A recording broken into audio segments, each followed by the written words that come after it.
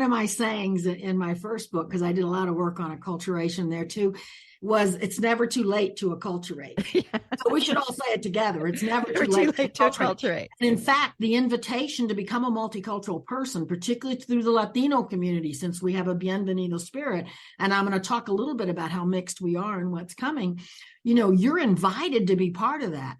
So I had to assimilate. You don't become successful in the 50s, and I started college in 1960, and you don't become successful in those days without assimilating. You had to.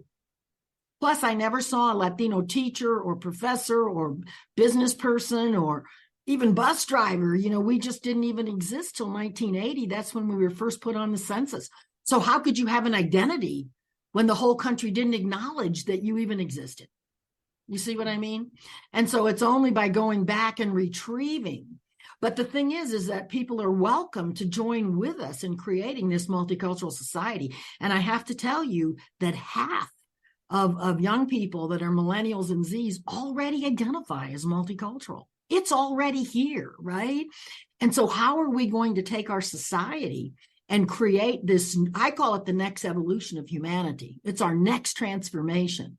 To be able to understand that all cultures, all races, all ethnic groups, every gender and we all have something to contribute. And in bringing that together is the richness of our next step, because we're here and we're together now. I mean, the world, 1 out of 5 people move, and we have immigrants here, they're serving you when you go to a restaurant, we're able to benefit from their foods and customs. And so people can acculturate.